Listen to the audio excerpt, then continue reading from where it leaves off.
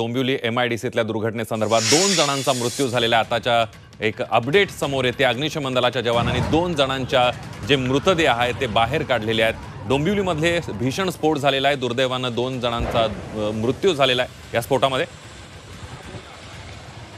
आणि याविषयी बोलण्यासाठी थेट जाऊयात, आपल्या प्रतिनिधी सीमा आपल्या सोबत आहे डोंबिवली MIDC परिसरामधून ज्या घटनास्थळावरून। सीमा, आपण बघतोय 2 जणांचा मृत्यू या सगळ्या अग्नितांडवामध्ये या स्फोटामध्ये झालेला आहे, काय अपडेट आहे?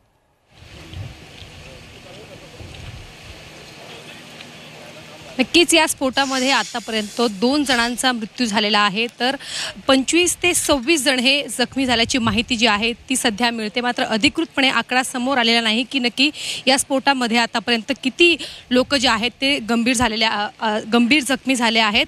मात्र 2 जणांचा मृत्यू झाल्याची माहिती जी आहे ती या ठिकाणी मिळत आहे। आणि आपण जर बघितलं तर अजूनही आगीवरती नियंत्रण आणण्याचे शर्थीचे प्रयत्न जे आहेत ते अग्निशमन दलाकडून या ठिकाणी सुरूच आहेत। भीतीचं वातावरण या परिसरामध्ये पसरल्याचं आपल्याला बघायला मिळत आहे।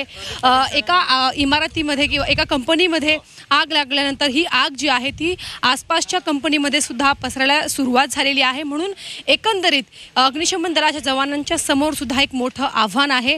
मात्र या घटनेमध्ये आता किती काय घटना किंवा काय माहिती आता समोर येत आहे ते बघणं महत्त्वाचं असणार आहे। जाणून घेत राहणार आहोत तुर्तास। धन्यवाद तुम्ही दिलेल्या सविस्तर माहितीबद्दल।